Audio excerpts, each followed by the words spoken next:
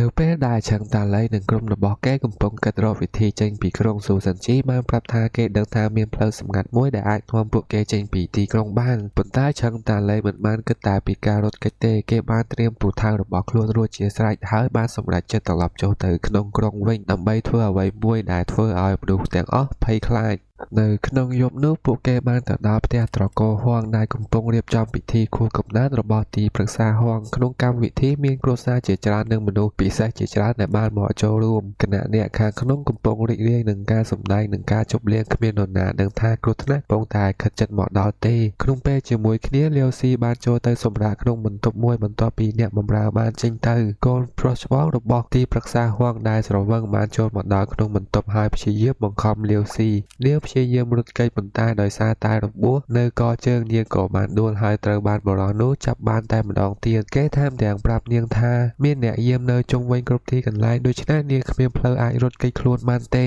ប៉ុន្តែពេលនោះឆាំងតាឡៃនិងក្រុមរបស់គេក៏ចាប់ដើមវាយប្រហារចូលផ្ទះត្រកូលហួងពួកគេបោះពិលចូលទៅក្នុងបរិវេណបន្ទប់និងមានភាពចលាចលនិងធ្វើឲ្យមនុស្សទាំងអស់ភ័យខ្លាចស្លន់ស្លោឈិនម៉ាន់និងមេតបលៀនប្រើរំពេងបើកផ្លូវខណៈពេលដែលប្រព័ន្ធរបស់ឆាំងតាឡៃបន្តរៀបរាប់បន្ទុកភ័យខ្លាចដែលកំពុងកើនឡើងយ៉ាងលឿននៅពេលមន្ត្រីកំពុងភ័យខ្លាចសេរ៉ូបានបង្ហាញខ្លួនហើយនិយាយថាគេនឹងមិនអនុញ្ញាតឲ្យក្រុមចៅភ្នំបង្កចលាចលបន្តទៀតឡើយប៉ុន្តែពេលស៊ីរ៉ូបានចូលទៅវាយឈិនម៉ាន់គេត្រូវបានឈិនម៉ាន់តបត្រឡប់ដោយលឿនលឿនជាងហើយវាយបញ្ជូនគេចេញទៅយ៉ាងខ្លាំងមនុស្សនៅទីនោះស្ទើរតែមិនជឿនឹងផ្នែកខ្លួនឯងហើយភ័យខ្លាចថាស៊ីរ៉ូនឹងត្រូវបានស្លាប់នៅក្នុងបន្ទប់លាវស៊ីនៅតែជាប់ក្នុងគ្រោះថ្នាក់ទោះបីនាងត្រូវបានគេធ្វើបាបនឹងគំរាមកំហែងយ៉ាងណាក៏ដោយនាងនៅតែជឿថានឹងមានមនុស្សមកជួយនាងកូនប្រុសច្បងរបស់ទីប្រឹក្សាហួងមិនជឿនាងហើយប្រាកដថាគ្មាននរណាអាចចូលមកជួយនាងបានឡើយប៉ុន្តែភ្លាមនោះសេះរបស់ឆឹងតាឡៃបានបុកទម្លុះបង្អួតចូលមកក្នុងបន្ទប់ឆឹងតាឡៃបានវាយប្រហារភ្លាមហើយសម្លាប់ក្រុមប្រុសច្បងរបស់ទីប្រឹក្សាហួងមុនពេលគេអាចសុំអភ័យទោសលាវស៊ីបានភ្ញាក់ផ្អើលយ៉ាងខ្លាំងបន្ទាប់ពីនាងបានហៅឆាងតាឡៃថាបងធំហើយមានអារម្មណ៍ថាខ្លួនឯងមានសុវត្ថិភាពវិញឆាងតាឡៃប្រាប់នាងឲ្យចេញទៅរងចាំខាងក្រៅខណៈគេនៅសល់ដោះស្រាយរឿងនេះនៅទីនេះបន្ទាប់មកឆឹងតាឡៃរកឃើញទីប្រឹក្សាហួងដែលកំពុងលាក់ខ្លួនដោយភ័យខ្លាចទីប្រឹក្សាហួងព្យាយាមសុំជីវិតនិងសន្យាថានឹងផ្ដល់អ្វីៗគ្រប់យ៉ាងដើម្បីឲ្យឆឹងតាឡៃទុកជីវិតឲ្យគេប៉ុន្តែឆឹងតាឡៃនៅតែខឹងយ៉ាងខ្លាំងព្រោះទីប្រឹក្សាហួងធ្លាប់ព្យាយាមរៀបការជាមួយនឹងស្ត្រីដែលឆឹងតាឡៃចាត់ទុកថាជាអនាគតភរិយារបស់ខ្លួនដូច្នេះឆឹងតាឡៃប្រើពូថៅវាយកំទេចកន្លែងលាក់ខ្លួនរបស់ទីប្រឹក្សាហួងឲ្យបង្ចាប់ជីវិតគេប៉ុន្តែភ្លាមនៅប្រព័ន្ធបានប្រកាសថាបេសកកម្មរបស់ឆឹងតាឡៃបានបញ្ចប់ហើយបន្ទុកភ័យខ្លាចរបស់គេបានកើនឡើងដល់ 10000 បន្ទុកនេះក៏មានន័យថាគេអាចចូលប្រើ shopping system បានបន្ទាប់ពីនោះឆឹងតាឡៃបានដុតក្រុងហើយនាំក្រុមរបស់ខ្លួនចេញពីទីក្រុងអ៊ីពេលធ្វើដំណើរចេញពីទីក្រុងលាវស៊ីបានអរគុណឆឹងតាឡៃដែលបានជួយសង្គ្រោះនាងបញ្ជាក់ថាប្រសិនបើគេមិនបានមកជួយទាន់ពេលនាងប្រហែលជាជួបរឿងអាក្រក់ខ្លាំងហើយឆឹងតាឡៃក៏ធានានាងថាមិនចាំបាច់ភ័យទេព្រោះគេគឺជាមេភូមិកង្កែបលាវស៊ីចាប់ផ្ដើមមើលឆឹងតាឡៃដោយភាពជឿទុកចិត្តកាន់តែច្រើនទោះជាយ៉ាងណាក៏ដោយយន្តដែលនៅជាមួយពួកគេក៏ចាប់ផ្ដើមមានអារម្មណ៍ថាច្រណែនគេគិតថាបន្ទាប់ពីឆឹងតាឡៃបានជួយសង្គ្រោះលាវស៊ីនាងប្រហែលជាចាប់អារម្មណ៍មានអារម្មណ៍ចំពោះឆឹងតាឡៃហើយយន្តក៏ព្រួយបារម្ភថាលាវស៊ីអាចត្រូវបានឆឹងតាឡៃបោកប្រាស់ហើយគិតថាគួរតែយកនាងចេញពីទីនោះឲ្យបានឆាប់ពេលទៅដល់ភ្នំឈីងនាវលាវស៊ីស្នើសុំឲ្យឆឹងតាឡៃឈប់ហៅនាងថាអ្នកនាងហើយអាចហៅឈ្មោះរបស់នាងដោយផ្ទាល់ដោយប្រើឈ្មោះហៅក្រៅដែលមនុស្សជិតស្និទ្ធប្រើបន្ទាប់មកពួកគេក៏បន្តដំណើរទៅកាន់ភូមិកង្កែបនៅពេលទៅដល់ភូមិកង្កែបមានមនុស្សជាច្រើនពីគ្រួសារលាវដែលទើបតែត្រូវបាននាំមកដល់ទីនេះបញ្ហាដ៏ធំបំផុតគឺមនុស្សទាំងនេះមិនទាន់ស្មោះត្រង់ចំពោះឆឹងតាឡៃឬភ្នំកង្កែបទេពួកគេខ្លះមិនចង់ខ្លាចជាចៅភ្នំឡើយហើយខ្លះទៀតថែមទាំងគិតថាគួរតែចាក់វិធានការប្រឆាំងនឹងក្រុមរបស់ឆឹងតាឡៃគិតថាមុននេះភូមិកង្កែបមានមនុស្សតែ6នាក់ប៉ុណ្ណោះប៉ុន្តែដោយសារតែលោកលូបាននាំមនុស្សជាង90នាក់មកភូមិបានកើនឡើងដល់96នាក់ប៉ុន្តែបញ្ហាគឺមនុស្សថ្មីទាំងនេះមិនមានភាពស្មោះត្រង់ទាល់តែសោះនឹងមិនទាន់សម្របខ្លួនជាមួយនឹងភូមិឡើយឆឹងតាឡៃត្រូវរកវិធីធ្វើឲ្យពួកគេស្មោះត្រង់ដើម្បីអាចបំពេញបេសកកម្មរបស់ប្រព័ន្ធបានដើម្បីដោះស្រាយបញ្ហាឆឹងតាឡៃបានបញ្ជាឲ្យឈិនម៉ាន់ឲ្យ មិនដេញសមាជិកគ្រួសារលាវចេញពីភូមិពួកគេមិនព្រមចោះចាញ់ឡើយហើយអួតអំពីអតីតកាលរបស់ខ្លួនថាធ្លាប់ធ្វើចោលសមុទ្រភ័យខ្លាចនិងធ្លាប់បង្ក្រាបចោលភពនៅតំបន់ឈីងនាវប៉ុន្តែការអួតរបស់ពួកគេមិនអាចជួយបានទេឈីងម៉ាន់លោតចូលទៅប្រយុទ្ធហើយបានវាយបរិសុទ្ធពីរនាក់ដោយកណ្ដាប់ដៃយ៉ាងសាហាវបន្ទាប់មកគេបន្តវាយសមាជិកគ្រួសារលាវជាច្រើនអ្នកឲ្យដួលរលំកម្លាំងរបស់ឈីងម៉ាន់ធ្វើឲ្យមនុស្សទាំងអស់ភ្ញាក់ផ្អើលហើយយន់ថែមទាំងប្រៀបធៀបកម្លាំងរបស់គេជាមួយអ្នកប្រើប្រាស់លំពេងសាវលីនៅទីបញ្ចប់ឆឹងតាឡៃប្រកាសឲ្យពួកគេដឹងថារឿងព្រេងអំពីស្ដេចគីងគក់មិនមែនជារឿងកុហកឡើយនៅរសៀលថ្ងៃដដែលគ្រួសារលាវត្រូវបានបណ្ដេញចេញពីភ្នំគីងគក់ឆឹងតាឡៃបង្ហាញថាគេមិនមែនជាមនុស្សដែលអត់ធ្មត់និងមេត្តាដល់អ្នកដែលប្រឆាំងនឹងគេឡើយបន្ទាប់ពីគ្រួសារលាវត្រូវបានបណ្ដេញចេញពីភ្នំគីងគក់ពួកគេត្រូវរស់នៅក្នុងព្រៃដោយគ្មានកន្លែងត្រឡប់ទៅវិញឆឹងតាឡៃដឹងថាពួកគេត្រូវបានដាក់ស្លាកទោសនៅលើខ្លួនដូច្នេះពួកគេមិនអាចចូលទៅក្នុងក្រុងវិញបានទៀតទេទោះបីជាគាត់បណ្ដេញពួកគេចេញក៏ដោយឆឹងតាឡៃក៏មិនចង់ឲ្យពួកគេរងគ្រោះដោយសារអន្ទាក់របស់ភូមិឡើយគាត់ក៏បញ្ជាឲ្យលីនសៀវទៅតាមដើម្បីការពារកុំឲ្យចៅផ្សេងទៀតមកធ្វើបាបពួកគេឆឹងតាឡៃក៏ប្រកាសថាភ្នំគីគក់នឹងចាប់ផ្ដើមជ្រើសរើសសមាជិកថ្មីដែលចង់ចូលភូមិត្រូវឆ្លងកាត់លក្ខខណ្ឌនិងគោរពច្បាប់របស់ភូមិខាងក្រៅភូមិមនុស្សគ្រួសារលូបានចាប់ផ្ដើមជួបការលំបាកពួកគេឃ្លានអស់កម្លាំងនិងឈឺចាប់ប៉ុន្តែមនុស្សមួយចំនួននៅតែប្រកាន់ខ្ជាប់នូវកិត្តិយសរបស់ខ្លួនហើយមិនចង់រស់នៅជាមួយនឹងចៅភ្នំឡើយប៉ុន្តែពេលពួកគេចាប់ផ្ដើមឃើញអាហារដ៏ល្អពីភ្នំគីងគក់មនុស្សមួយចំនួនក៏ចាប់ផ្ដើមសង្ស័យថាការប្រកាន់កិត្តិយសរបស់ពួកគេអាចធ្វើឲ្យក្រុមទាំងមូលជួបគ្រោះថ្នាក់ពួកគេគ្មានទីកន្លែងផ្សេងទៀតត្រឡប់ទៅវិញទេហើយមិនដឹងថាត្រូវធ្វើដូចម្តេចដើម្បីរស់រានមានជីវិតបន្ទាប់ពីមេកាលូមកប្រាប់ថានៅព្រឹកបន្ទាប់ភូមិកង្កាបនឹងចាប់ផ្ដើមជ្រើសរើសមនុស្សអ្នកដែលចង់ចូលអាចទៅភូមិដើម្បីធ្វើតេស្តពេលនោះមនុស្សម្នាក់ដែលគិតផែនការមួយដោយសន្មតថាប្រសិនបើគេយកអ្នកចាស់និងអ្នកខ្សោយទៅដាក់នៅមុខទ្វារឆឹងតាឡៃប្រហែលជាអាណិតហើយអនុញ្ញាតឲ្យពួកគេចូលបន្ទាប់មកពួកគេចង់រក្សាមនុស្សខ្លាំងទុកដើម្បីប្រើជាអ្នកចរចាទោះជាយ៉ាងណាមនុស្សម្នាក់ដែលរងរបួសបានសម្រេចចិត្តទៅសុំចូលភូមិកង្កែបដោយខ្លួនឯងគេបញ្យល់ថាគេគ្រាន់តែជាអ្នកបម្រើធម្មតារបស់គ្រួសារលាវហើយបន្ទាប់ពីគ្រួសារត្រូវបានបំផ្លាញគេត្រូវក្លាយជាទាសករគេចង់ចូលភូមិគ្រាន់តែដើម្បីរស់គេក៏សោកស្ដាយថាកាលពីមុនឆឹងតាឡៃធ្លាប់ផ្ដល់កន្លែងរស់នៅនិងសម្លៀកបំពាក់ស្អាតដល់ពួកគេប៉ុន្តែពួកគេជាអ្នកបដិសេធដោយកិត្តិយសរបស់ខ្លួនឯងនៅព្រឹកបន្ទាប់ទ្វារភូមិកង្កែបបានបើកមនុស្សទាំងនោះប្រញាប់សុំចូលហើយឆឹងតាឡៃបានចាប់ផ្ដើមធ្វើការតេស្តជ្រើសរើសសមាជិកម្នាក់ត្រូវបានសម្គាល់និងបំពេញតាមលក្ខខណ្ឌរបស់ភូមិក្នុងចំណោមពួកគេមានបរិបម្នាក់ឈ្មោះថាសុនជូ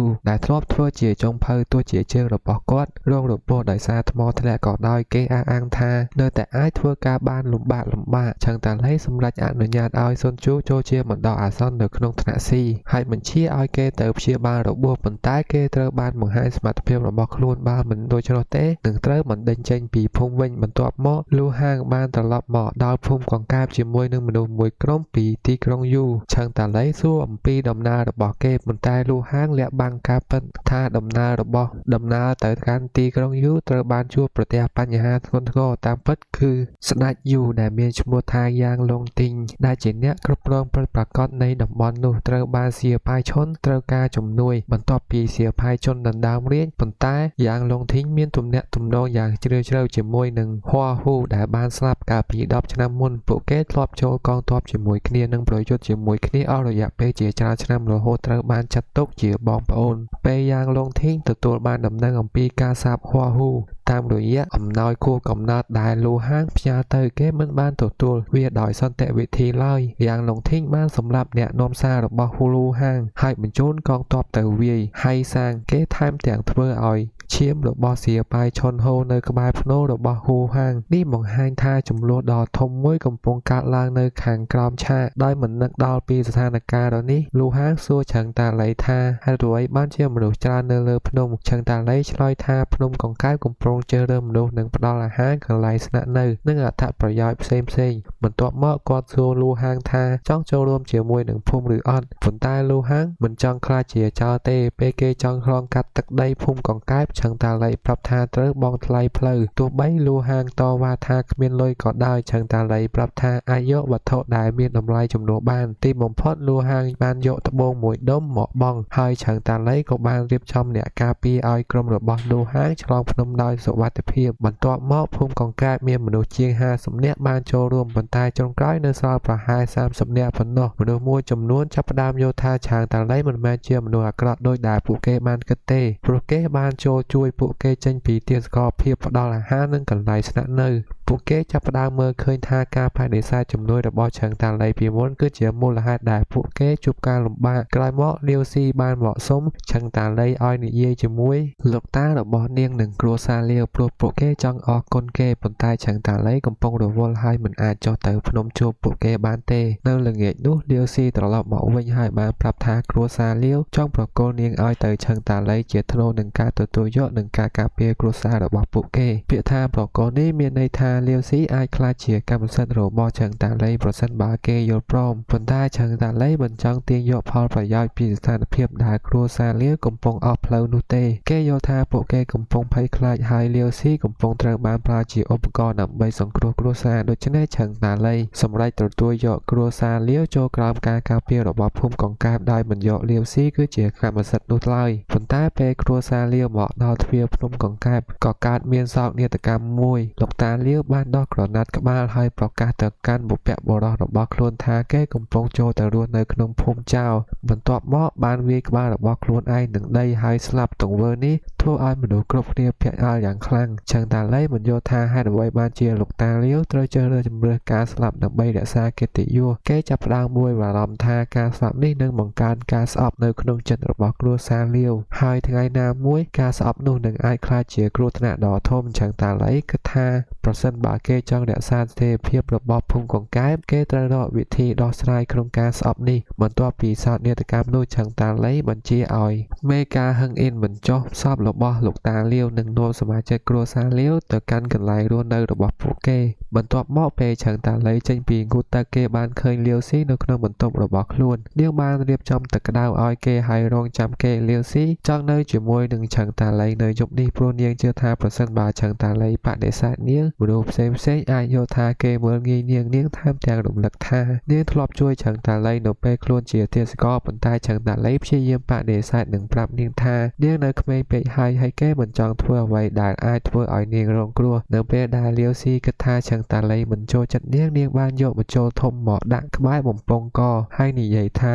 ខ្លួនសពនឹងស្លាប់ឆឹងតាឡៃភ័យខ្លាចថានាងអាចធ្វើអ្វីមួយដែលអន្ទះសារដូច្នេះគេព្យាយាមបញ្ជាក់ថាគេមិនស្អប់នាងឡើយហើយសុំឲ្យនាងដាក់ស្នៀតសក់នោះចោលវិញនៅទីបំផុតឆឹងតាឡៃយល់ថាប្រសិនបើគេចាក់ចេញពីបន្ទប់ភ្លាមអាចបង្កឲ្យមនុស្សក្នុងសម័យនោះយល់ខុសនិងបង្កបញ្ហាដល់លាវស៊ីដូច្នេះពួកគេបានដេកនៅលើគ្រែជាមួយគ្នាដើម្បីនិយាយនិងដោះស្រាយឲ្យបានច្បាស់ឆឹងតាឡៃក៏ព្រមានលាវស៊ីថាមិនត្រូវចូលមកក្នុងបន្ទប់គេដោយគ្មានការអនុញ្ញាតទៀតឡើយបន្ទាប់ពីរឿងរ៉ាវជាមួយនឹងគ្រួសារលាវបានស្ងប់ស្ងាត់បន្តិចឆឹងតាឡៃបានចាប់ផ្ដើមរៀបចំផែនការសម្រាប់អភិវឌ្ឍភូមិកង្កែបនៅពេលនេះប្រព័ន្ធបានបង្ហាញខ្លួនហើយប្រាប់គេថាព្រោះគេទទួលបានពិន្ទុភ័យខ្លាចរហូតដល់ 10000 រួចហើយគេអាចដំឡើងភូមិទៅដល់កម្រិតបន្ទាប់បានបញ្ជាគឺភូមិកង្កែបនៅតែមានមនុស្សតែ98នាក់ខណៈការដំឡើងត្រូវការយ៉ាងហោចណាស់100នាក់នោះមានន័យថាឆឹងតាឡៃត្រូវការលក់មនុស្សបន្ថែម2នាក់ទៀតទើបអាចបន្តការអភិវឌ្ឍបានប្រព័ន្ធក៏បានបញ្យល់ថា